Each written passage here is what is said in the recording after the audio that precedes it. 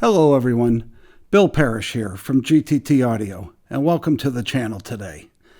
Well, it's been a while since I've seen you. I think I did one video in September and one in August, and it's August and September. We're so busy. Probably our busiest August and September ever. I have to thank you guys, those that kept me that busy. It's much appreciated. Yeah, it's just been a crazy year. You know, the end of last year, the beginning of this year, I sat up here and I talked about new products that were coming. And if we're lucky, usually there's one new, really great product that comes out from one of the manufacturers each year. But 2025 has just been an embarrassment of new releases. I mean, it's starting off at the end of 2024 and really starting to be delivered in 2025. We had the Kronos Discovery Phono, the Kronos Perpetual Turntable with the Kronos Perpetual Supercap Power Supply. Just installed one of these yesterday. It was incredible. Check out the Facebook for the picture of that system sitting right next to a big old AudioNet Humboldt amplifier. So yeah, check that out. That was really cool. But yeah, the Kronos came out with new gear that is selling this year. Then AudioNet with the Mach and the Schrodingers. The audio analyst Greg Weaver was here in January. We did a video. That's a huge deal. Then Kabbalah Sosna surprised us at Munich with Ovation.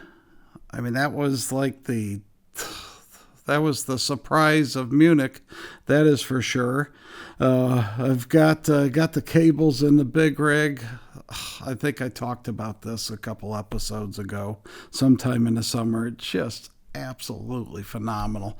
Everybody that's received them has been going hog wild over them. I mean, it's nuts. It's nuts what a cable could do. Then Degenerate Chris Stevens, of Apple TV X fame. Then came Switch X fame. Then this summer we found out that stacking Switch X's makes a huge difference. I think almost everyone that ordered a Switch X ended up doing another Switch X, and now everybody's at double stack Switch X's, and that just elevates the sound that much more. And then Dick and I announced Nuke X, which is now shipping, and I mean, we're keeping Chris busy. Ever since we announced this, Chris hasn't had a day off. We're keeping Chris busy, working on these things, building like a madman, and Nuke X is just taking the audio world by storm. I'm telling you, it is. Everyone that gets it is just bowled over. I get so many.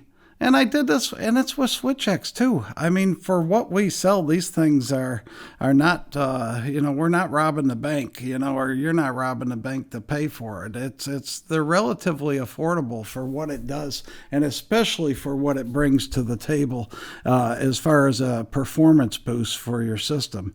Yeah, I can't believe some of the responses and what people are telling me in emails and on phone calls on how good Nuke X is. So that's like, wow. Okay, so what did I do? 1, 2, 3, 4, 5 new products there. That's good for 5 years. And this is 2025. And now I know that another product that I was hoping to find at Munich, high end, that I did not really find, but talked to one of the I went to Munich. I mean, one of the things I wanted to do was find a streamer.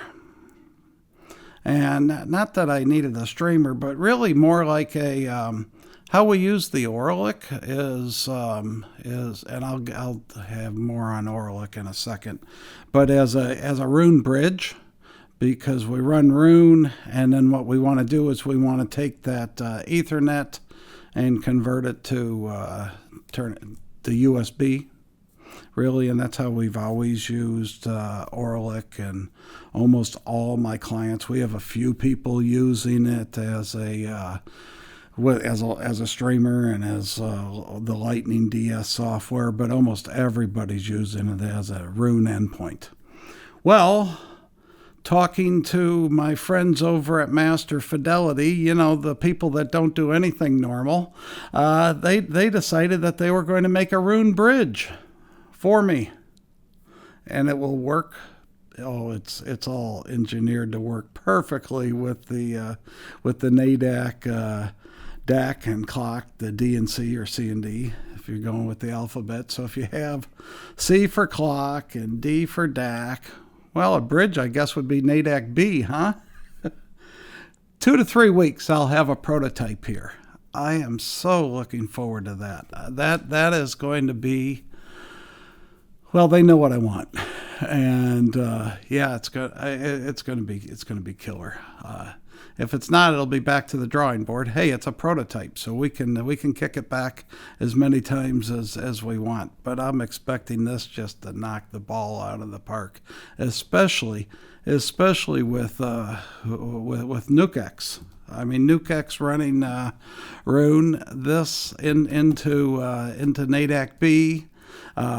Being clocked from NADAC C, and then going in the NADAC D, which is also being clocked from NADAC C. Oh my, that's great. And then get ready for this. I just found out last week that there will be 2 huge announcements next week. Next Thursday morning, I'm going to drop 2 videos, 2 totally separate videos, because hopefully you'll watch both of them, but about new product launches. And they each deserve their own episode, and this is extremely exciting. At least I think so. Yeah, I just found this out last week, one of them for sure. Yeah, it's next week, guys. All right, I said I'm going to talk more about Orlick. Orlick's done, over, out of business, or suspended, took the company under, from what I understand. Not that there's been any communication with us, but it's sort of all over the net. They ceased operations, which in the U.S. they ceased operations in March, and blamed it on U.S. tariffs, which is kind of an odd thing, because doesn't the consumer choose if he wants to buy something or not? Not the exporter. There's thousands of companies shipping products into the U.S. because of tariffs. So there was no one telling them that they couldn't ship things in, and they just decided to blame that. But I think it's been going on for a long time. At the beginning of 2025, Sven Chen resigned. I have since found out to do other ventures is the official statement, but from what I had heard, wanted to race cars. So I guess, you give up audio and you go race cars. And then they suspended shipments, blamed, had a something they could blame it on, and now in September it is no more. For the guys that have Orlick, I mean, I would say 95% of all my clients, if not more, all use it as a Rune bridge. It's still a good Rune bridge. It's a Rune endpoint. It's phenomenal. It's certainly not the most expensive product you've got in your system, and And as a Rune bridge, it should function forever. So there's no issue at all with that. If there's only an issue if you have a problem. As far as the guys using the Lightning, using it as a true streamer, which we never really recommended. We always recommended that you use it with Rune. In that case, we probably, I don't know, I'm just assuming that we would have seen the last update for Lightning DS. Maybe not.